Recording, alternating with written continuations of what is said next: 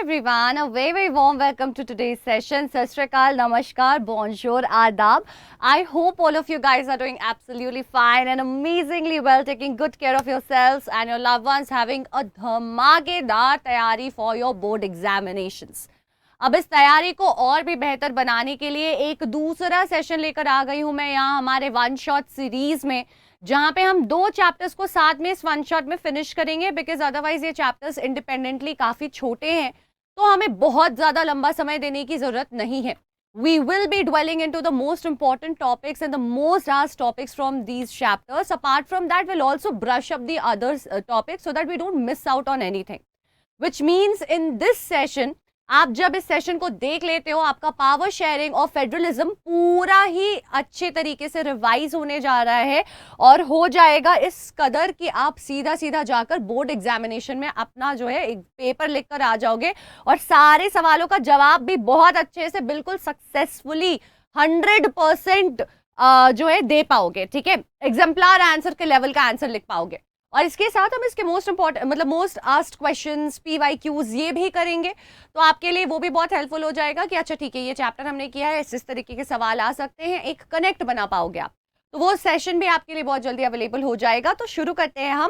हम बात कर रहे हैं पावर शेयरिंग की. पावर शेयरिंग में क्या इसका मतलब होता है, बेल्जियम श्रीलंका की क्या केस थी, क्यों जरूरत है इसकी, कुछ और जो थोड़े मोड़े एग्जाम्पल्स हैं, क्या मतलब होता है, what are the different types of power sharing की, अलग लेवल ऑफ गवर्नमेंट पे, system of check and balances, अलग सोशल ग्रुप्स के साथ क्या मतलब होता है, political parties, pressure group, basically entire chapter.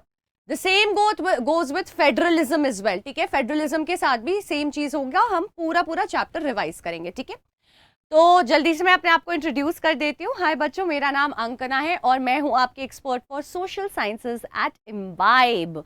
I have been teaching for I've been associated with the sector of education for more than 9 years now, wherein I've had the wonderful opportunity of teaching and learning as well, both online and offline, to the students of CBSE and ICSE. Now, I've done my studies in the field of humanities, hence specialize in English and social science. That was a quick intro about me. Now, we'll have 3 questions from this session. ठीक है, जो मैं आपसे शुरुआत में पूछने वाली हूँ. एक आपको अभी दिख रहा है, 2 और आएंगे. इन सवालों के साथ हम शुरुआत करेंगे. क्विक जो है चेक कर लेते हैं अपनी अंडरस्टैंडिंग को, चेक कर लेते हैं अपने नॉलेज को, कितना याद है कितना नहीं याद है, और इसके बाद फिर रिविजन शुरू करेंगे. तो system of checks and dash is important in a democracy. अब भैया ये फाइनल रिविजन है, तो हम एक्सपेक्टिंग कि आपको इसका आंसर वैसे तो पता होगा. तो बताइए कि किस तरीके का सिस्टम जो है वो इंपॉर्टेंट है डेमोक्रेसी में. Checks and biases, tolerances, balances और anonymity. What is the correct answer? किस तरीके का सिस्टम जो है पावर शेयरिंग के लिए इंपॉर्टेंट है, पावर शेयरिंग को अश्योर करता है, and of course is very important for democracy, because power sharing is very important for democracy. So which of the following would it be? Checks and biases, tolerances, balances और anonymity. And will look at the answer in 3, 2, 1. And it will be checks and balances. अभी index में भी पढ़ा है हमने. ठीक है, तो system of checks and balances, जिसे हम हॉरिजॉन्टल पावर शेयरिंग सिस्टम कहते हैं, वो इंपॉर्टेंट होता है. Next question, what is not an integral part of the government? जो एक गवर्नमेंट होती है उसका एक बहुत ही अंदरूनी इंटीग्रल इंपॉर्टेंट हिस्सा इनमें से कौन सा नहीं है? Office of the prime minister, legislature, executive और जुडिशरी. गवर्नमेंट के अलग अलग इंस्टीट्यूशंस, अलग अलग हिस्से होते हैं और वो इंटरनली गवर्नमेंट को चलाने के लिए, बैलेंस करने के लिए, पावर शेयर करने के लिए बहुत काम आते हैं. इनमें से कौन सा वो इंटीग्रल पार्ट नहीं है? That doesn't mean that it may not be important और it doesn't exist as the government. Integral part कह रहे हैं जो एक सिस्टम में एग्जिस्ट करता है और रन करता है. कहीं ना कहीं प्रीवियस क्वेश्चन से हमारा जवाब रिलेटेड है. Office of the prime minister, legislature, executive और judiciary. Which one would be the answer? And we'll look at the answer in 3, 2, 1 and 0. तो बच्चे बाकी 3 हमें वैसे ही पता है. चेक्स एंड बैलेंस वाले सिस्टम से भी आप ये फिगर आउट कर सकते हो. लेजिस्लेचर, एग्जीक्यूटिव और जुडिशरी 3 जो है इंटीग्रल हिस्से होते हैं मॉडर्न डेमोक्रेसी में. पावर उनके बीच, उन ऑर्गन्स के बीच ही शेयर होती है. ऑफिस ऑफ प्राइम मिनिस्टर जो है वो बेसिकली लेजिस्लेचर के एक ऑफिस की बात हो रही है वहां पे, जो एग्जीक्यूटिव के लिए अंडर भी फॉल थोड़ा सा करता है. अगला सवाल, जो 73rd कॉन्स्टिट्यूशनल अमेंडमेंट थी उसने इंट्रोड्यूस किया था कितने परसेंट का reservation to women in local governance. तो लोकल लेवल गवर्नमेंट पे हमें पता है कि वुमेन के लिए सीट्स रिजर्व्ड होती है, that's the only level of government where there is a reservation and a mandation for women to participate. वो सीट्स जो हैं वो औरतें ही भरेंगी। वो जो परसेंटेज है उन सीट्स के रिजर्वेशन का वो कितना है, 25% है, 33% है, 40% है या 50% है? What is the percentage that the 73rd constitutional amendment introduced for the reservation of women at the local level government?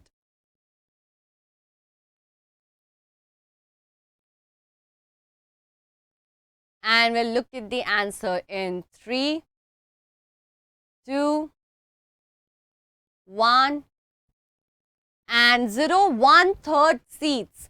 1/3 seats मतलब 100 divided by 3 which is basically roughly 33%.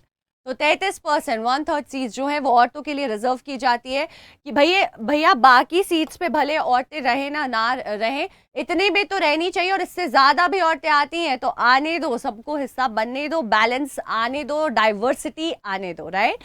Correct. तो अब शुरू करते हैं पावर शेयरिंग का रिवीजन। आपको लगेगा कि मैम सिर्फ इसका ही इंडेक्स और सिर्फ इसके ही बारे में क्यों डिस्कस किया, क्योंकि बच्चे federalism second part of the session है। तो हम पावर शेयरिंग से कहानी शुरू करते हैं।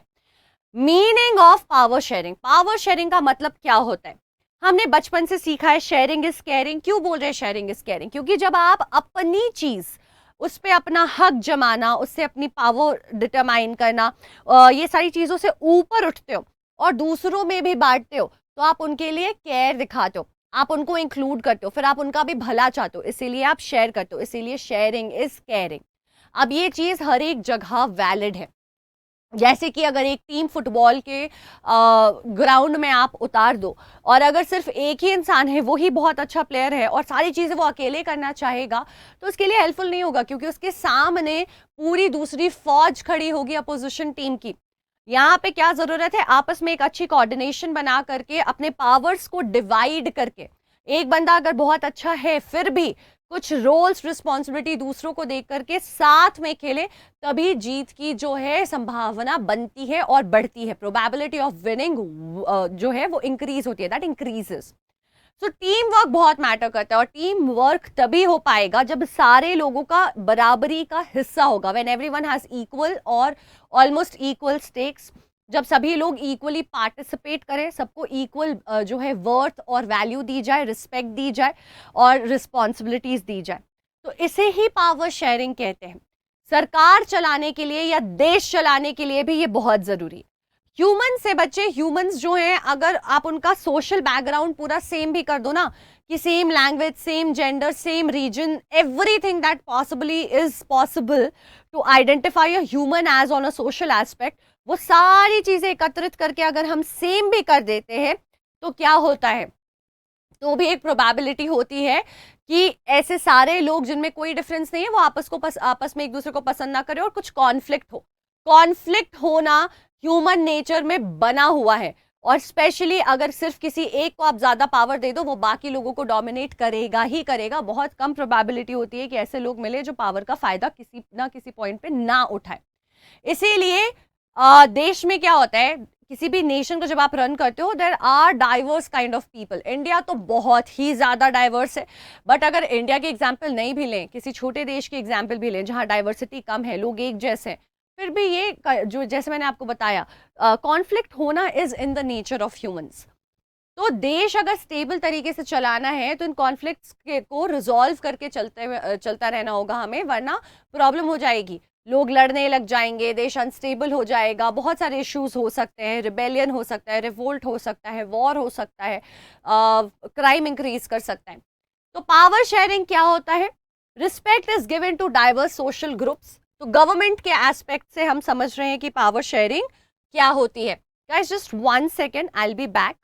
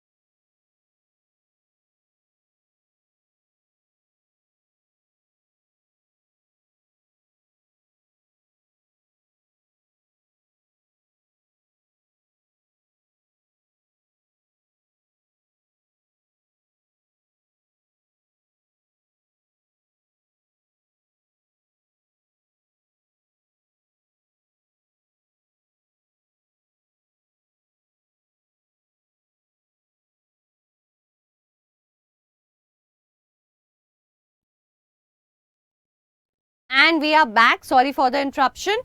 हाँ जी, तो मैं आपको बता रही थी कि गवर्नमेंट में पावर शेयरिंग कैसे डिफाइन करेंगे, कैसे हम मान सकते हैं, समझ सकते हैं कि पावर बट रहा है, लोगों में डिवाइड किया जा रहा है। तो उसकी डेफिनेशन ये है कि रिस्पेक्ट जो है हर एक सोशल ग्रुप को दिया जा रहा है। जैसे इंडिया जो है वो बहुत डाइवर्स है, बचपन से पढ़ते आ रहे हैं, फिजिकल फीचर्स में, कल्चर में, हेरिटेज में, लैंग्वेजेस में, the kind of food we eat, the kind of temperature, climate that we experience. हर एक रीजन में आप जाओगे, हर आपका 10 किलोमीटर पे, 20 किलोमीटर पे आप देखोगे एक नया कल्चर बन जा रहा है। 100 किलोमीटर पे तो दुनिया बदल जा रही है, अलग ही तरह का खाना खा रहे हैं लोग, अलग कपड़े पहन रहे हैं, अलग भाषा बोल रहे हैं, है ना। तो हर एक तरीके की जो सोशल ग्रुप है सबको बराबरी से रिस्पेक्ट दिया जाता है, सब में पावर बांटा जाता है, ठीक है। It is distributed to as many citizens as possible, यानी कि जितने लोगों को इंक्लूड किया जा सके, जितने लोगों को इंक्लूसिवली उस डिसीजन को लिया जा सके, that is power sharing. And of course इस पावर शेयरिंग में सिर्फ सरकार अकेले नहीं कर ले रही है जो सरकार चाहती है, लोगों का इन्वॉल्वमेंट हो रहा है, because only when people get involve they are truly included, and then the power is divided not just among the citizens but also the government and the citizens. So that is what we mean by power sharing when it comes to a nation, when it comes to government, right? और ये इस power sharing की importance क्या है, ये जानने के लिए हम दो देशों की कहानी पढ़ेंगे, श्रीलंका की और बेल्जियम की, जो हमने वैसे तो पढ़ी हुई है लेकिन रिवाइज करेंगे। तो बेल्जियम के साथ शुरू करते हैं। बेल्जियम की कहानी थोड़ी अतरंगी है। बेल्जियम बच्चे बड़ा छोटा सा देश है, ठीक है। ये छोटा सा देश जो है इसकी पॉपुलेशन मात्र 1 करोड़ है, जो कि हमारे पूरे देश से कई ज्यादा कम है। इनफैक्ट सिर्फ हरियाणा का एग्जाम्पल ले ले तो Haryana alone is 2 crore of population, right. तो यहाँ पे लगभग 1 करोड़ लोग रहते हैं, छोटा सा देश है। यूरोप में आप देख सकते हो नेदरलैंड्स, जर्मनी, लग्जमबर्ग और फ्रांस के साथ ये अपने बॉर्डर्स शेयर करता है। अब जब बॉर्डर शेयर होती है तो कल्चर बहुत ज्यादा आपका इफेक्ट करता है। जैसे कि हम बांग्लादेश के जिस साइड पे अपना बॉर्डर शेयर करते हैं इंडिया का, उस तरफ अब जब जाओगे तो देखोगे बहुत सारा बंगाली स्पीकर्स हमें दिखते हैं, क्योंकि कल्चरल जो है डायनेमिक वो हमेशा से वैसा रहा है। बाद में भले बॉर्डर्स बन गए हो, लोग इधर इधर पेनिट्रेट करते रहते हैं, कल्चर एक्सचेंज होता रहता है, तो हर तरह की इम्पैक्ट हमें नजर आती है, ठीक है। तो बेल्जियम में क्या होता है कि बिकॉज ये इन जगहों से अपना बॉर्डर शेयर करता है, यहाँ पे हमें जो पॉपुलेशन है वो अलग अलग भाषाओं को बोलती हुई दिखती है, जिनमें से प्राइमरी जो हमारे दो भाषा है वो है आपका डच स्पीकिंग लोग और फ्रेंच स्पीकिंग लोग। अब बेल्जियम का मैप तो हमने देखा था, अब ये डच स्पीकिंग और फ्रेंच स्पीकिंग लोग है, तो उसमें प्रॉब्लम क्या है? प्रॉब्लम कुछ भी नहीं है। प्रॉब्लम ये है कि ये बड़े यूनिक तरीके से डिवाइडेड है। कहीं पे भी किसी का ज्यादा या कम होना किसी सोशल ग्रुप का कोई अचंभित, एस्टॉनिश, सरप्राइज करने वाली बात नहीं है। That's a very normal thing. तो यहाँ पे क्या होता है, फ्लेमिश रीजन, दो रीजन है, एक फ्लेमिश रीजन है और एक वेलोनियन रीजन है, ठीक है। तो ये जो आपका ये वाला रीजन है,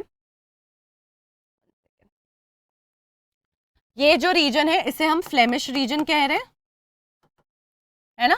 ये फ्लेमिश रीजन है हमारा, और ये वाला जो रीजन है रेड में जो मार्क्ड है ये वेलोनिया है, वेलोनियन रीजन है, ठीक है, ये वेलोनिया है।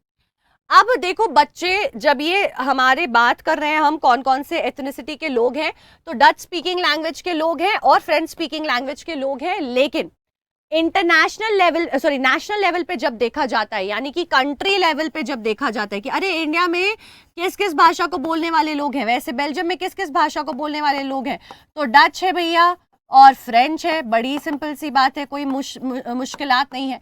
मेजॉरिटी कौन है? तो पूरे देश का काउंट अगर लेते हैं तो डच मेजॉरिटी है, सबसे ज्यादा लोग मेजॉरिटी में डच बोलते हैं, और फ्रेंच जो है वो माइनॉरिटी है, यानी कि कम परसेंट ऑफ लोग जो हैं वो फ्रेंच बोलते हैं। What is the difference? 59% Dutch speaking है और 40% जो है फ्रेंच स्पीकिंग है। 1% जर्मन स्पीकर्स भी हैं, क्योंकि अगर आपको याद होगा पिछले साइड में हमने देखा था जर्मनी से भी बॉर्डर शेयर होता है, तो थोड़ा उसका इंपैक्ट भी आता है। और अब ज्यादातर देखो फ्रांस था ना इधर, तो उसके बॉर्डर से हमें दिख रहा है कि इस कंट्री का सर्दर्न पोर्शन फ्रेंच बोलता है, ऊपर का जो है डच बोलता है, नेदरलैंड से शेयर होता है। तो इधर वाला पोर्शन जर्मनी था, तो यहाँ का पोर्शन जो है जर्मन बोलता है। तो ये तो सिंपल सी कहानी है, इसमें कॉम्प्लिकेशन क्या है? ये यूनिक कैसे हो रहा है? क्योंकि जो इसकी कैपिटल सिटी है जो कि ब्रुसेल्स है, वहां पे ये कहानी स्विच हो जाती है। यहाँ पे फ्रेंच मेजॉरिटी बन जाते हैं, और ऐसी वैसी मेजॉरिटी नहीं, 80% की, और डच जो है वो माइनॉरिटी बन जाते हैं 20% से। And that is what makes Belgium very unique. अब बच्चे अलग अलग भाषा बोलने वाले लोग तो हर जगह ही होते हैं, इससे प्रॉब्लम कहाँ शुरू होती है? तो जो टेंशन शुरू होता है वो 1950s और 60s के अराउंड शुरू होता है ना। जो यहाँ पे प्रॉब्लम शुरू होने लग जाती है वो 1950s और 1960s के अराउंड होने लग जाती है। क्यों शुरू हो जाती है 50s और 60s के अराउंड? क्योंकि जो फ्रेंच स्पीकिंग लोग थे, भले ब्रुसेल्स में ज्यादा हो लेकिन ओवरऑल कंट्री में तो मात्र 40% है, माइनॉरिटी है। लेकिन मेजर ट्रेड जो है और जो मेजर फाइनेंसेस है वो फ्रेंच कंट्रोल किया करते थे। पहले से पढ़े लिखे थे, फ्रांस ज़्यादा एडवांस था, वहाँ से लोग आए, उन्होंने यहाँ पे अपना ट्रेड वगैरह बिजनेस वगैरह एस्टैब्लिश किया, पढ़े लिखे रहने लग गए, अपने फैमिलीज को आगे पढ़ाया, एडुकेट किया, ज़्यादा एडुकेटेड होने की वजह से ज़्यादा पैसे कमाने लग गए और as a result of which जो इकोनॉमी थी बेल्जियम की, ज़्यादातर जो उसका हिस्सा था वो फ्रेंच कंट्रोल करते थे। अब इस बात से नेचुरली डच को प्रॉब्लम होगी, हम ज़्यादा नंबर में हैं, हम ज़्यादा परसेंटेज में हैं, तो हमारा हक क्यों नहीं है, हमारे हिस्से में क्यों नहीं आ रहा है। प्रॉब्लम ये था कि डच लोगों में एजुकेशन लिटरेसी थोड़ा देर से आई, धीरे धीरे वो उनकी डेवलपमेंट चालू हुई, तब तक फ्रेंच आगे बढ़ गए थे, तो उन्होंने तब तक ऑलरेडी अपना वेल्थ क्रिएट कर लिया था। वेल्थ पे कब्जा कहना सही नहीं होगा, but wealth circulation within larger group of French people only used to happen. तो डच को इस चीज से बहुत ज्यादा जो है चुभन होने लग गई कि ज्यादा रिच और पावरफुल लोग जो है वो फ्रेंच क्यों है, डिस्पाइट ऑफ द फैक्ट कि वो माइनॉरिटी है। मेजॉरिटी होते हुए हमारा क्या, हमारे साथ क्या होगा, हमें इकोनॉमिक सिस्टम का, एजुकेशन सिस्टम का बेनिफिट क्यों नहीं मिल रहा है, बाद में क्यों मिल रहा है, अभी हम ज्यादा पैसे क्यों नहीं जो है कमा रहे हैं, हम ज्यादा पैसे क्यों नहीं कंट्रोल कर रहे हैं, हम ज्यादा बेटर पोजिशंस में क्यों नहीं है। तो कहीं ना कहीं थोड़ी सी जेलसी, कंपेरिजन, ये सारे इश्यूज आने लग गए।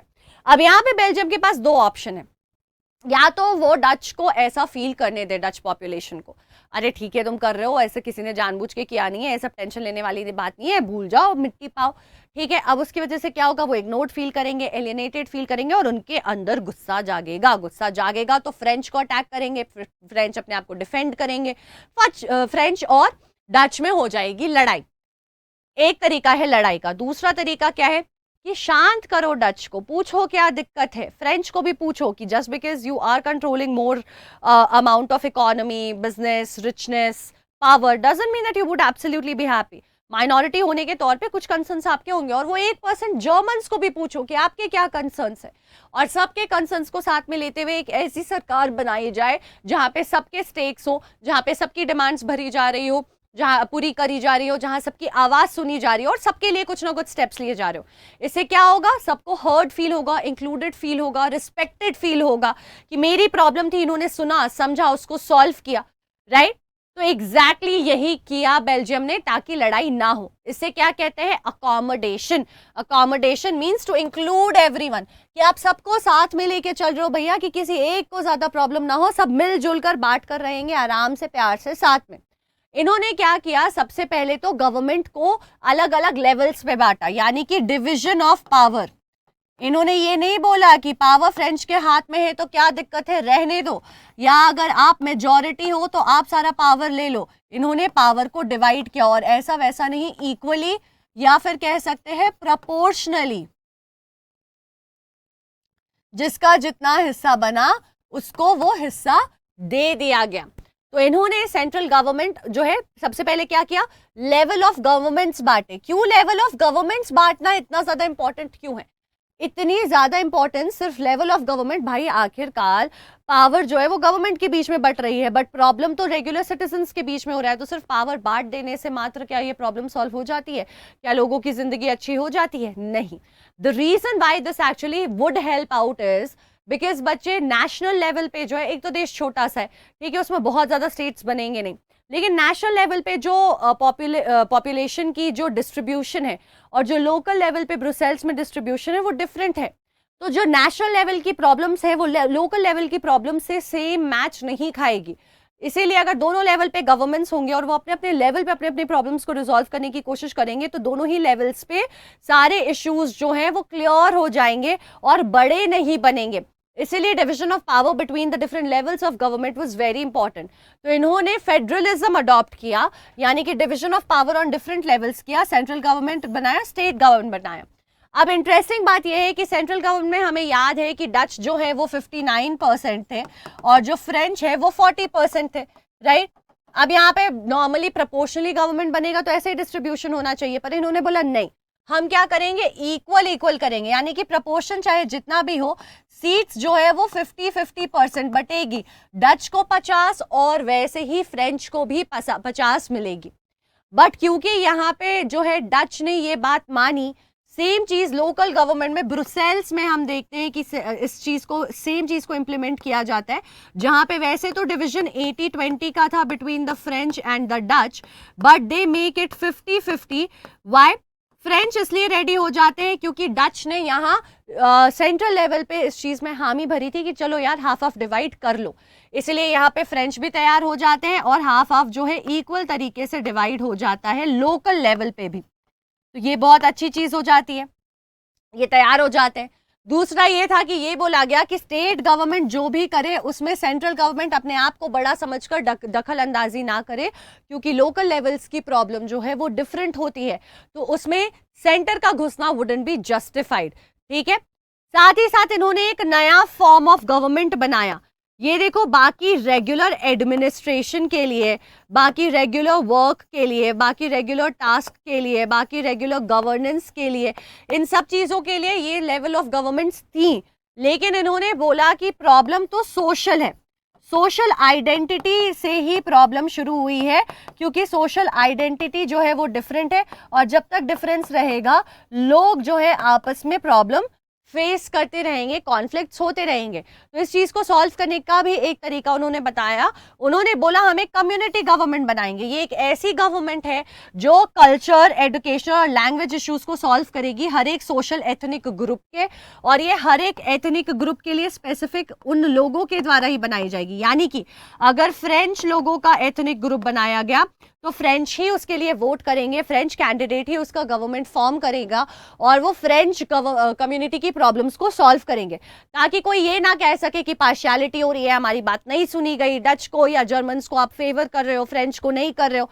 नहीं, उन्होंने बोला डच की अलग सरकार बनेगी, वो डच के प्रॉब्लम्स को देखेगी, जर्मन की अलग बनेगी, वो जर्मन के प्रॉब्लम्स को देखेगी, जिसकी जो प्रॉब्लम है वो उनके बीच के लोग उनके लोगों के द्वारा इलेक्ट करके बनाए जाएंगे और वो उनकी प्रॉब्लम सॉल्व करेंगे, ताकि कहीं से भी ये दूसरी राय उनके दिमाग में ना आए कि ये बाहर का इंसान है या ये सोशली डिफरेंट आइडेंटिटी के साथ आते हैं, डिफरेंट एथनिक ग्रुप के, इसलिए हमारे साथ जाति कर रहे हैं। आप देख रहे हो कितना बढ़िया आइडिया है कि तुम्हारे प्रॉब्लम को तुम्हारे बीच का ही बंदा सॉल्व करेगा, वो बेटर रिलेट भी कर पाते हैं, वो बेटर समझ भी पाएंगे कि हाँ this is a community problem, this is in our community, so I understand what exactly the problem is, so this possibly will be the best solution. So government amendment किए गए, तो सरकार जो है अब क्या होती है, दो लेवल पे बढ़ जाती है, दोनों जगह इक्वल रिप्रेजेंटेशन रहता है, सेंटर और स्टेट में।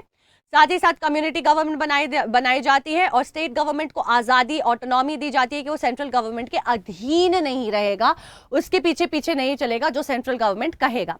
इसी के साथ बच्चे इन्होंने 4 बार कॉन्स्टिट्यूशन में बदलाव किए, यानी कि बेसिक जो लॉ है, बेसिक जो रूल है, उसे जब इन्हें रिक्वायरमेंट लगी कि हमें बदलना चाहिए तो उन्होंने बदल दिया। 4 बार अमेंडमेंट किए between the years of 1917 and 1993 to ensure कि ये सारे रूल्स रेगुलेशंस उसमें जो है आपके बस जाए, उसमें अकोमोडेट हो सके, और जब रूल बन जाता है तो लोगों को अपने आप भरोसा हो जाता है। मैंने कह दिया मैं आपका भला करूंगी, बट मैंने रिटन में कहीं नहीं दिया है, मैंने एक ऐसा रूल नहीं बनाया है, तो आपके मन में हमेशा खटास, एक सस्पिशन, एक शक, एक डाउट बना रहेगा। जब वो रूल ही बन जाता है तो आपको भरोसा ज्यादा आ जाता है और आप फिर ज्यादा शांत हो जाते हो और फिर चीजों के साथ रेडी हो जाते हो सपोर्ट करने के लिए। तो ये जो बेल्जियम का मॉडल था वो बहुत ही इनोवेटिव, काफी बढ़िया तरीके से वर्क करने वाला, और सिविक स्ट्राइफ, किसी भी तरीके की प्रॉब्लम ना हो ऐसा करके बनाया गया, वेरी वेरी इंक्लूसिव। तो बड़ा अच्छा सोल्यूशन निकाला इन्होंने। तो यूरोपियन यूनियन जो है उन्हें बहुत प्राइड फील हुआ इस डिसीजन पे, तो उन्होंने कहा बेल्जियम को इस बात के लिए रिवॉर्ड तो करना चाहिए। इस वजह से उन्होंने हेडक्वार्टर्स जो है ईयू का, यूरोपियन यूनियन का, वो ब्रुसेल्स में ओपन किया, एक तरीके से उनको रिवॉर्ड करते हुए। अब ये एक कहानी है। वैसे ही एक और कहानी श्रीलंका की है, जो कि हमारा पड़ोसी देश है। तमिलनाडु से थोड़ा सा आगे बढ़ जाओगे तो आइलैंड आ जाएगा, ये भी बड़ा छोटा सा आइलैंड है। लेकिन ये जो छोटा सा आइलैंड है, ये देखो इंडिया है, यहाँ पे तमिलनाडु है, या पार्क स्ट्रेट और गल्फ ऑफ मन्नार है, ये पाक स्ट्रेट है, ये गल्फ ऑफ मन्नार है, इनसे सेपरेट होता है ये इंडिया से। ये छोटा सा देश श्रीलंका का है, इसमें 2 करोड़ जो हरियाणा की पॉपुलेशन है उतनी ही पॉपुलेशन रहती है। आइलैंड स्टेट है और जो है हमारे तमिलनाडु के सबसे करीब है, हमारे सदर्न कोस्ट में लाई करता है। यहाँ पे भी जो है काफी डाइवर्सिटी देखी गई। देखो वैसे तो एशियन कंट्रीज में आपको बहुत डाइवर्सिटी मिलेगी, बट हमने यूरोपियन भी केस देखा। यहाँ पे डाइवर्सिटी क्या मिली, यहाँ पे डाइवर्सिटी ये थी कि सबसे पहले जो भाषा बोलने वाले लोग थे वो 2 तरह की भाषा बोलते थे। कौन कौन सी 2 भाषाएं यहाँ पे बोली जाती थी, सिन्हाला बोला जाता था और तमिल बोला जाता था। अब ये एकमात्र डिफरेंस नहीं था कि फ्रेंच है और डच बोल रहे हैं, ऐसा सिर्फ डिफरेंस नहीं था।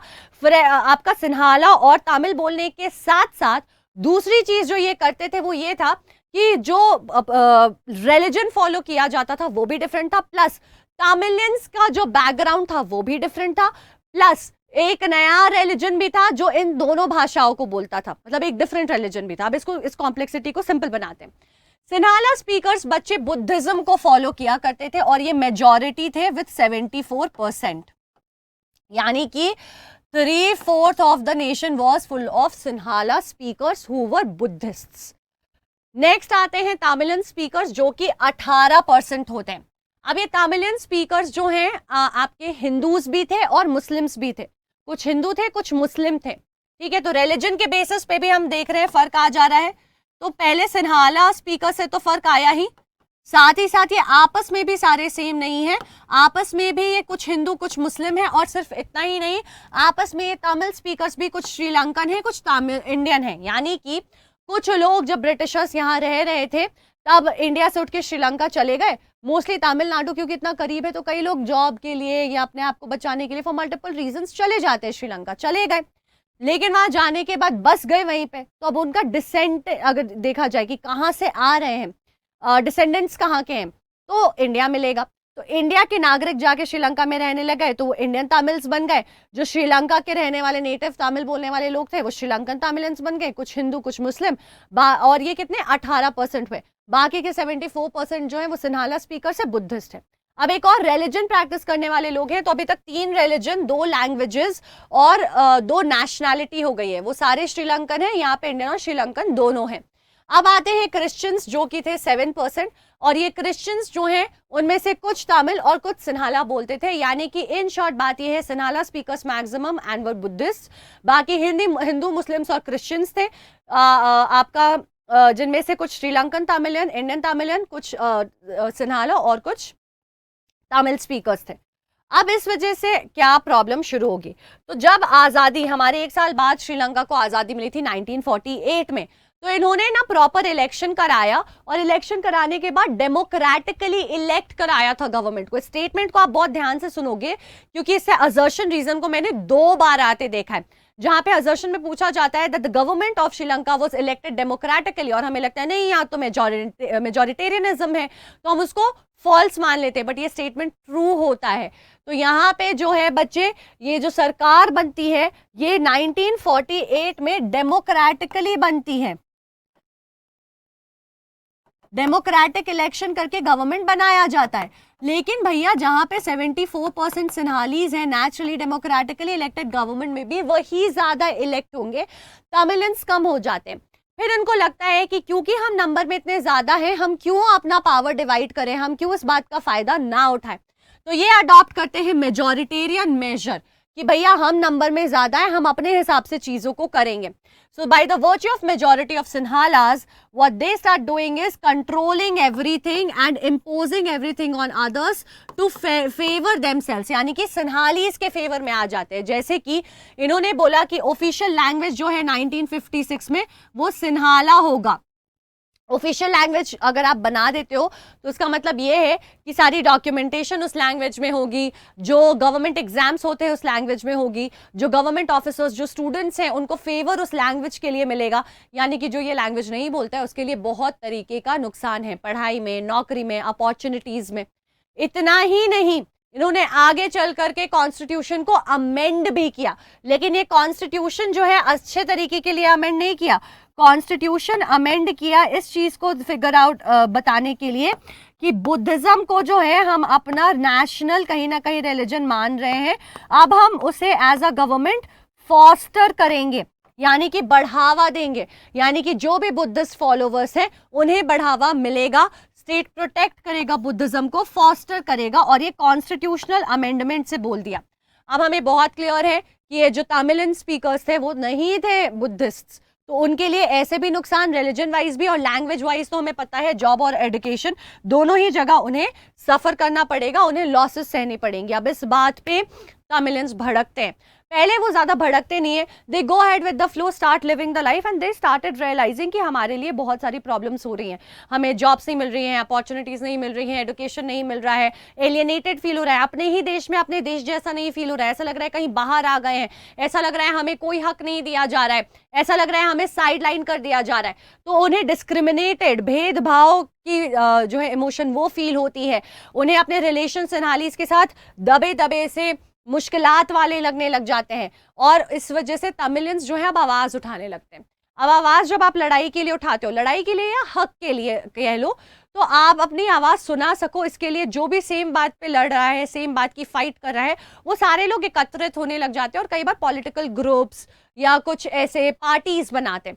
तमिलियंस ने भी अलग अलग तरह की पार्टीज बनाई। इनका डिमांड बहुत सिंपल था, इनका डिमांड ये था कि भाई तमिलियंस को क्यों साइडलाइन करोगे, या तो अपने ऑफिशियल लैंग्वेज में तमिल इसको भी शामिल करो।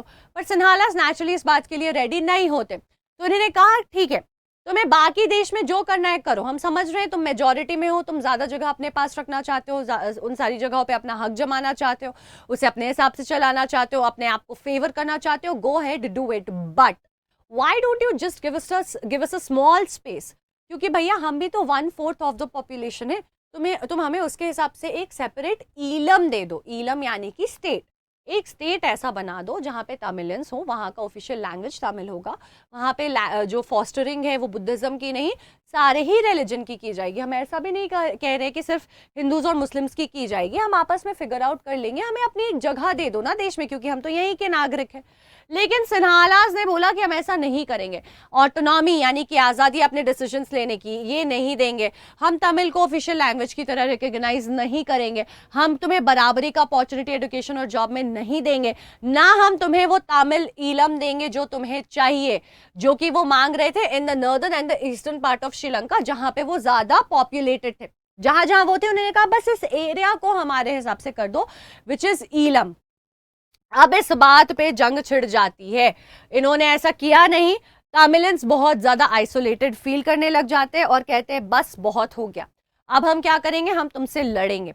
एंड क्योंकि यहाँ पे इंक्लूजन बिल्कुल अनलाइक सिचुएशन है, अपोजिट सिचुएशन है जो बेल्जियम में हुआ, इन्होंने कहा तुम हमें हमारा हक नहीं दोगे, हम हक के लिए लड़ेंगे, और जब लड़ाई की बात आती है तो बच्चे वो अगली ही होता है। तो यहाँ पे लड़ाई शुरू हो जाती है to a level where a civil war breaks out, है ना, इन लोगों के बीच में क्या हो जाता है, सिविल वॉर। सिविल वॉर क्या होता है, war like situation within a country with the citizens of the nation are only fighting, यानी कि देश के नागरिकों के बीच में ही लड़ाई होती है, बट वो लड़ाई इस लेवल की होती है कि वो एक वॉर जैसी लगती है, उसको रेप्लिकेट करती है। तो सिविल वॉर हो जाता है, और वॉर जब भी होगा तो वो हमेशा आपके देश को पीछे ले जाएगा, डिस्ट्रक्शन होगा, डेवलपमेंट नहीं होगी, पढ़ाई नहीं होगी, लोगों की जानें जाएंगी, लॉसेस होगी, इकोनॉमिक क्राइसिस होगी। तो जहां श्रीलंका पहले बहुत एडवांस था वो इतने साल पीछे चला जाता है, सिर्फ इसलिए क्योंकि Sinhalas were not ready to share equal power with the Tamilians, forget that, not even provide them a state of their own. ठीक है, तो अब इसी बात पे याद दिला दूं कि अगर आप जो है अपने प्रैक्टिकल्स की तैयारी कर रहे हो, या आगे चलकर 11th-12th में आप लेते हो साइंस, आप प्रैक्टिकल्स घर बैठे बैठे उसका मजा ले सकते हो, एक्सपीरियंस कर सकते हो। You can start studying immediately after your boards with the help of the virtual lab experience of imbibe. At the same time करते हैं इम्बाइब लेंस की बात। बच्चे, इम्बाइब लेंस का मैजिक देखने लायक है, specially at this very moment. मैंने पहले भी आपको कई बार बताया है, अगर आपने मेरे सेशन देखे होंगे तो। इस ऐप को सिर्फ आपको डाउनलोड कर लेना है। इस ऐप में जो है एक कैमरा इनेबल आपको बेसिकली परमिशन देनी होगी, और जिस भी टेक्स्ट पे आप अटक रहे हो, पढ़ते पढ़ते लगा ये वर्ड समझ नहीं आया, ये कॉन्सेप्ट दोबारा पढ़ना है, उस चीज़ को स्कैन करोगे, पिक्चर लोगे, वो कीवर्ड अपने आप ऐप हाईलाइट कर देगा। आप जिस कीवर्ड के बारे में जानना चाहते हो उस पर क्लिक करोगे, उससे रिलेटेड वीडियो सजेशन में आ जाएंगे। तो पूरी रिसर्च की जो टाइम है जिसमें हम ढूंढते रहते हैं हमको ये वीडियो पढ़ना है, इसको रिवाइज करना है, वो पूरा सेव हो जाता है, आपको रिलेटेड वीडियोस आ जाते हैं, आप पढ़ भी लेते हो, रिविजन भी कर लेते हो। और हमारी लाइव क्लासेस तो इम्बाइब ऐप पे चल ही रही है, इसको ज्वाइन ज़रूर कर लेना। ठीक है, डाउट रेजोल्यूशन भी हमें बाइब ऐप पे करते हैं। देखो राइट साइड कॉर्नर में आस्क अ डाउट का MB जो है वेट कर रहा होता है कि आप पूछो और हम बताएं। ठीक है, चलो वापस आते हैं। तो अब क्या होता है, क्योंकि तमिलियंस की डिमांड नहीं पूछी जाती है, नहीं सुनी जाती है, तमिलियंस के अंदर डिस्ट्रस्ट आ जाता है। उन्हें लगता है सिन्हालीज ऐसा इसलिए कर रहे हैं क्योंकि वो हमें डोमिनेट करके हमारे ऊपर रूल करना चाहते हैं, तो हम इनका भरोसा नहीं कर सकते, हमारे हक का क्या। तो लोग आपस में एक दूसरे को मारने लग जाते हैं, अपनी लाइवलीहुड खो देते हैं, क्योंकि इकोनॉमिक क्राइसिस आता है, कई रिफ्यूजीज बन जाते हैं, उन्हें भागना पड़ता है इस देश को छोड़ करके, क्योंकि नहीं यहाँ पे चल रहा था ये सिविल वॉर की वजह से। 1980s से शुरू होता है प्रॉब्लम, उसके पहले से शुरू होती है, 1980s में फाइनली वॉर हो जाता है, जाके 2009 में खत्म होता है। और अब देखो कितनी परेशानी हुई है लोगों की जिंदगी में, सिर्फ और सिर्फ इसलिए क्योंकि पावर शेयरिंग के लिए नहीं माने थे लोग। कहाँ, सिन्हालीज जो है वो नहीं माने थे, श्रीलंका में। बेल्जियम में मान गए तो कितनी सुंदर, मतलब उनको रिवॉर्ड दिया जा रहा है। यूरोपियन यूनियन जो है वो अपना हेड ऑफिस वहाँ खोल रहा है, हेडक्वार्टर वहाँ खोल रहा है। तो अब इससे हमारे पास नेचुरली एक सवाल आता है कि क्यों पावर शेयरिंग इंपॉर्टेंट है, why is power sharing important. So let's quickly answer this question. दो रीजन है कि क्यों पावर शेयरिंग इंपॉर्टेंट है, एक है प्रूडेंशियल रीजन और एक है मॉरल रीजन। प्रूडेंशियल क्या मतलब क्या होता है, जब आप अपने कंडीशन को वे करते हो राइट रॉन्ग प्रॉफिट लॉस, यानी कि लॉजिकल प्रैग्मेटिक प्रैक्टिकल तरीके से, कि ये मेरे लिए अच्छा है, ये मेरे लिए बुरा है, ये होने से बेटर होगा प्रॉफिट होगा, ये करने से लॉस होगा। तो जब आप अच्छा भला प्रॉफिट लॉस देख करके एक रीजन निकालते हो, वो प्रूडेंशियल रीजन होता है। दूसरा होता है सही गलत, ये सही चीज है इसलिए करना चाहिए, ये गलत है इसलिए नहीं करना चाहिए, तो वही मॉरल रीजन है। ठीक है, तो प्रूडेंशियल रीजन क्या कहता है, बेटा तुम्हें सरकार चलानी है, तुम्हें सरकार चलानी है तो कॉन्फ्लिक्ट्स तो हमेशा आएंगे ही। अगर इन कॉन्फ्लिक्ट्स के साथ आगे बढ़ते रहना है तो इनको खत्म करना होगा, तभी स्टेबिलिटी रहेगी, वरना फिर श्रीलंका जैसे उथल पुथल मच जाएगी। अगर उथल पुथल नहीं चाहिए, शांति चाहिए, सरकार को चलाना है, देश को चलाना है, पॉसिबिलिटी आपको क्या करनी होगी, रिड्यूस करनी होगी इन कॉन्फ्लिक्ट्स की सोशल ग्रुप्स में। यानी कि सोशल ग्रुप्स के बीच में जब डिफरेंसेस आने लगे तो ऐसे स्टेप्स लेने लगो, पावर डिवाइड करो सबके बीच में आपस में इस कदर कि वो अपने आप को किसी से कमजोर ना महसूस करे, जो कि बेल्जियम में किया गया, श्रीलंका में नहीं किया गया। इंश्योर करता है ये स्टेबिलिटी ऑफ पॉलिटिकल ऑर्डर, जो कि हम देख सकते हैं बेल्जियम की गवर्नमेंट बढ़ती गई डेवलप करती गई, क्योंकि उन्होंने पावर डिवाइड किया लोगों के बीच में। श्रीलंका में नहीं किया गया, तो जहां वो जितने एडवांस थे वहां पे वो 30 साल पीछे, कई साल पीछे चले जाते हैं लड़ाई करके आपस में, और डेवलपमेंट, इकोनॉमिक क्राइसिस, एजुकेशन, हर एक तरीके से पिछड़ जाते हैं। Tyranny of majority is not just oppressive for minority. तो प्रूडेंशियल रीजन क्या है कि मेजॉरिटी जो है वो टायरेंट बन जाएगी ना, अगर आप पावर डिवाइड नहीं करोगे तो तानाशाह बन जाएंगे, वो डिक्टेटर्स बन जाएंगे जो डोमिनेट करेंगे माइनॉरिटी को, और वो सही नहीं है। और वो सिर्फ उनके माइनॉरिटी के लिए नहीं, पूरे के पूरे देश के लिए बड़ा खतरनाक और हानिकारक हो जाता है। मॉरल रीजन क्या कहता है, मॉरल रीजन ये कहता है कि भैया डेमोक्रेसी तो बनी ही इस बेसिस पे है, पावर डिवीजन। लोग जो है वो सेंटर ऑफ पावर है और सारे लोगों के बीच में पावर बराबरी से डिवाइड होगा, सबको मिलेगा और बराबर मिलेगा। तो the very essence of democracy is power sharing. It involves the people who are affected by its exercise, जिसकी भी जिंदगी पे असर पड़े। आपको याद होगा what is democracy, Y democracy में ब्रॉडर मीनिंग्स ऑफ डेमोक्रेसी में हमने पढ़ा है कि क्यों डेमोक्रेसी चाहिए। और डेमोक्रेसी एक ऐसी चीज है जो सिर्फ सरकार में नहीं, फैमिलीज में, हर एक एस्पेक्ट में अप्लाई होनी चाहिए, पॉलिटिकल पार्टीज में, आपकी फैमिलीज में, आपके ऑर्गेनाइजेशन में, कंपनी में। क्योंकि किसी भी डिसीजन मेकिंग से जिन लोगों की जिंदगी पे फर्क पड़ रहा है, उस डिसीजन मेकिंग में उन लोगों का हिस्सेदार होना बहुत जरूरी है, तभी एक अच्छा डिसीजन लिया जाएगा, तभी वो खुश रहेंगे, तभी कॉन्फ्लिक्ट नहीं होएगा। So involve the people those are affected by its exercise, जिनकी जिंदगी पे असर पड़ता है उन सबको आप जोड़ कर रखो। Citizens acquire a stake in system by legitimacy, एक प्रॉपर लीगल तरीके से उनको जो है प्रॉपर रूल बाय लॉ उन्हें क्या मिलता है, स्टेक मिलता है, यानी कि हिस्सा मिलता है। वो इन्वॉल्व होते हैं उस डिसीजन में और लीगल तरीके से उनको क्लेम मिलता है, उन्हें पता होता है कि ओनरशिप है उनकी, तो उन्हें क्या मिल रहा है, ओनरशिप। और जहां पे आपकी ओनरशिप होती है ना, आप भलाई चाहते हो, आप डिस्ट्रक्शन नहीं चाहते हो। ठीक है, एक सोसाइटी है जो बहुत अच्छी नहीं बन रही है, लेकिन वहां पे पैसे आपने इन्वेस्ट किया, आपकी ओनरशिप है, तो आप उसको चाहोगे ना कि अच्छा बने। अदरवाइज कोई भी मटेरियल यूज करके जैसा तैसा कुछ भी बन रहा हो, आपको क्या की फर्क पैदा नहीं पड़ता है, तो वो चीज जो है एलिमिनेट हो जाती है। ठीक है, अब आते हैं फॉर्म्स ऑफ पावर शेयरिंग में। बच्चे, पावर शेयरिंग मल्टीपल तरीके से की जा सकती है लोगों के बीच में। 4 मेजर फॉर्म्स है जो हमें पढ़ने हैं। पहला होता है horizontal form of power sharing, दूसरा होता है वर्टिकल, तीसरा होता है अलग अलग पॉलिटिकल पार्टीज और प्रेशर ग्रुप्स के बीच में पावर शेयर होना, और चौथा होता है पावर अमंग सोशल ग्रुप्स का शेयरिंग। अब ये हॉरिजॉन्टल क्या हो गया? हॉरिजॉन्टल मतलब अ स्लीपिंग लाइन, यानी कि सेम लेवल पे, एक ही लेवल पे अलग अलग हिस्सेदार होंगे, उनके बीच में पावर बांटा जाएगा। जब एक ही लेवल पे पावर बांटा जाता है तो सबके पास सेम एंड इक्वल पावर होगा। इसके बीच में हम इसके बारे में थोड़ा और डिटेल में करेंगे बात। वर्टिकल पावर शेयरिंग यानी कि स्टैंडिंग लाइन। अब ये स्टैंडिंग लाइन में ऑर्डर आएगा, यानी कि जिनके बीच में पावर शेयर होगा, पावर बराबरी से ही शेयर होगा, लेकिन थोड़ा सा ऑर्डर होगा, यानी कि कोई नंबर 1 या ज्यादा इंपॉर्टेंट, कोई थोड़ा कम इंपॉर्टेंट, ज्यादा पावरफुल तो कम पावरफुल, ऐसा हो सकता है, जो कि हम फेडरलिज्म में ज्यादा डिटेल में पढ़ेंगे। हमें ऑलरेडी पता है कि this is the federal form of power sharing, this is your checks and balance form of power sharing. Coalition government बनाना या एक पार्टी अकेले जब नहीं जीतती है इलेक्शन, अलग पार्टीज के साथ पावर डिवाइड करना, ये वाला हो जाता है। और हमें पता है कि कितने कितने तरह के सोशल ग्रुप्स एग्जिस्ट करते हैं, सबको बराबरी का हिस्सा देश में मिले, वो power sharing among different social groups हो जाता है, correct.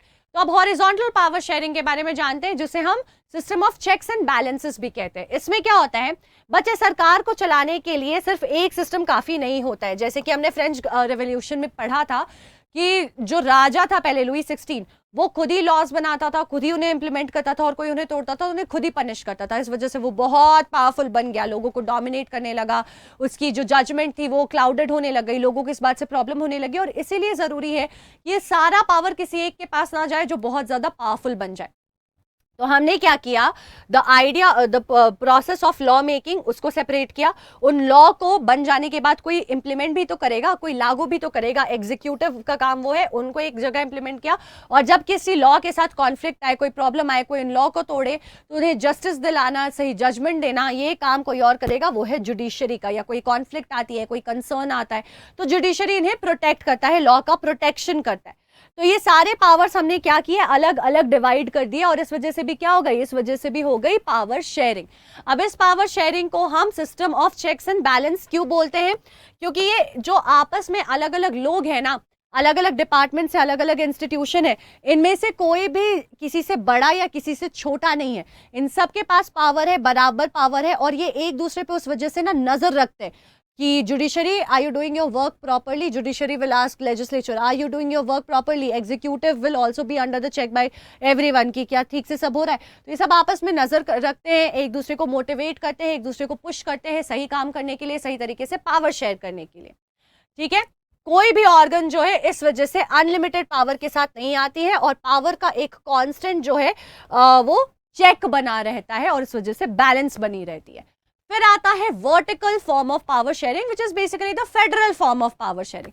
Federal form of power sharing का क्या मतलब है? कोई भी सरकार जो है वो कई बार अलग अलग लेवल पे फॉर्म होती है। इंडिया का एग्जांपल ले लो, we have a central government जहाँ पे प्राइम मिनिस्टर और बाकी कैबिनेट्स है, ठीक है। फिर हमारे पास अलग अलग स्टेट के अपने अलग अलग सरकार है, अलग अलग गाँव में अलग अलग सरकार है, और ये सब अपने अलग अलग लेवल्स पे ऑपरेट कर रही है, अपने अलग अलग उस लेवल के प्रॉब्लम को एड्रेस कर रही है। तो हमने क्या किया, हमने instead of just creating a government at the centre जो पूरे देश को रूल करे, क्योंकि इतनी डाइवर्सिटी है, हर एक जगह की प्रॉब्लम जो है वो डिफरेंट हो सकती है, इस बात को मद्देनजर रखते हुए हमने क्या किया, central government, state government, local government, ये सारी चीजें बनाई। तो दूसरा पावर शेयरिंग होता है the vertical form of power sharing, which is basically the federal form of power sharing, जिसे हम फेडरलिज्म कहते हैं, और इसे हम क्या कहते हैं, फेडरल गवर्नमेंट, ठीक है। तो फेडरल गवर्नमेंट जो बनता है उसे हम vertical form of power sharing के अंडर क्वालिफाई करते हैं। आज ही के चैप्टर में हम दूसरी जगह उसे और बेहतर तरीके से डिटेल में जाकर रिवाइज करेंगे, ठीक है। नेक्स्ट क्या होता है, अलग अलग पॉलिटिकल पार्टीज के बीच में पावर डिवाइड होना। बच्चे, हमने बहुत लंबे समय तक देखा कि हमारे यहाँ एक ही पार्टी जो थी वो सबसे पुरानी थी और जीते जा रही थी, वो बहुत पावरफुल बनती जा रही थी। जहाँ पे कोई दूसरी पार्टी आती भी थी ना, तो वो उनको या तो उनके काम में बाधा डाल देते थे, या उनकी सरकार गिरवा देते थे, या उनको प्रॉपर सपोर्ट नहीं करते थे। इस वजह से उन लोकल लेवल्स पे अच्छे से काम नहीं हो पाता था। लेकिन धीरे धीरे हमने क्या देखा, जब स्टेट्स डिवाइड हुए तो लोकल लेवल पे भी पॉलिटिकल पार्टीज बनने लग गई। जब लोकल लेवल पे पॉलिटिकल पार्टीज बनने लग गई, वो लोकल लेवल पे काम करने लगी, तो लोकल लोगों के बीच में वो ज्यादा पॉपुलर हो गई, तो लोग उन्हें भी वोट करने लगे। As a result of which what we observed was कि जो बड़े पॉलिटिकल पार्टीज थे सिर्फ वो नहीं जीत रहे थे, उन्हें लोकल लेवल के साथ भी काम करना पड़ रहा था अपनी सरकार को बनाने के लिए। अब जब एक ही पार्टी अकेले नहीं बना रही है सरकार और अलग अलग जगह अलग अलग पार्टियां बना रही हैं सरकार, तो किसी एक के हाथ में पूरी सत्ता का पावर नहीं रहेगा, उन्हें बाकी लोगों के साथ पावर डिवाइड करना ही पड़ेगा. And that is what coalition government is, where two different parties or two or more parties who have different ideologies, who have different philosophies, they come together to form the government, to run the government, and hence share the power amongst each other. एक दूसरे के साथ जो है power share करते हैं. तो इस वजह से क्या होता है, किसी एक पार्टी का जो है दबदबा नहीं बना रहता है और उनकी मनमानी नहीं चलती है, पावर शेयर होता है और इसकी वजह से उस पार्टी की जो पावर है वो चेक में रहती है. तो पॉलिटिकल पार्टीज में हमने देखा कि रेगुलर इलेक्शंस होते हैं, कंपटीशन होती है अलग अलग पॉलिटिकल पार्टीज में, सब अलग अलग आइडियोलॉजी के होते हैं और कई बार जब नहीं बना पाते हैं सरकार तो कोलिशन में आते हैं. प्रेशर ग्रुप्स क्या होता है, प्रेशर ग्रुप्स इसी तरीके के ग्रुप्स होते हैं जैसे यूनियन वगैरह बना करके. तो प्रेशर ग्रुप्स बच्चे, एक सिंपल सी बात यह है कि इनका एजेंडा जो है पॉलिटिकल नहीं होता है, इनका एजेंडा सरकार बनाना नहीं होता है. तो ये क्या करते हैं, जैसे कि मान लो फार्मर्स है, वर्कर्स है, अलग अलग जो ऑक्यूपेशन के लोग हैं, उनके चैलेंजेस, उनके क्या कंडीशंस हैं, उनको क्या रिक्वायरमेंट है, उसको रिप्रेजेंट करने के लिए ये सारे लोग आते हैं, एक ग्रुप जैसा बनाते हैं. उनमें कोई लीडर होता है, उनके लीडर्स का एक ग्रुप होता है. अब ऐसा है कि मान लो फार्मर्स का ग्रुप है, फार्मर्स की कोई प्रॉब्लम है, उनका एक ग्रुप बना हुआ है प्रेशर ग्रुप. उनके जो लीडर्स हैं वो जाएंगे और सरकार को बताएंगे कि भैया हमें अगर आप इन चीज़ों पे सब्सिडी नहीं दोगे, हमारे यहाँ पे इरिगेशन फैसिलिटीज़ नहीं बनवाओगे, तो अगले इलेक्शन में हम जो है आपको वोट नहीं करेंगे. अगर आप ये करा देते हो तो इस स्टेट की सारे फार्मर्स समझेंगे आपका आभार, will be very very grateful to you, will understand that you have worked for them, आपने उनकी मदद की है और हम आपको इलेक्शन में सपोर्ट करेंगे. तो अब क्या हुआ, सरकार को उनके हिसाब से उनकी बात सुनकर रूल्स रेगुलेशन बनाना होगा, क्योंकि हर एक पार्टी चाहती है कि वो दोबारा जीते और सरकार बनाए और पावर में रहे, सत्ता उनके हाथ में रहे. तो क्या किया इस ग्रुप ने, उन्होंने अपनी ज़रूरतें बताई और अपनी जो पॉलिसीज बनने थे सरकार के उसको इन्फ्लुएंस किया अपने फेवर में, प्रेशर क्रिएट करके. उनका कोई एजेंडा नहीं है कि सरकार बनाना है, इलेक्शन लड़ना है, उनका एजेंडा ये है कि इन लोगों को न्याय दिलाना है. Right. So this is what it is when it comes to pressure group. अब हम बात करेंगे division between different social groups.